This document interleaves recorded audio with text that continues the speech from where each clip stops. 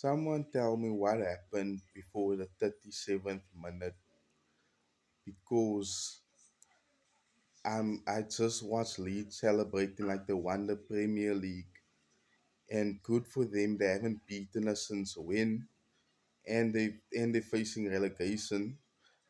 But um, someone tell me what happened because I missed it, and now, but I did see the first time team was not playing good football.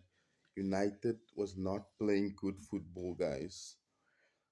Second half was entertaining, not entertaining really if you're two goals down, but Casemiro with his seventh header for the season, his best ever goal scoring season.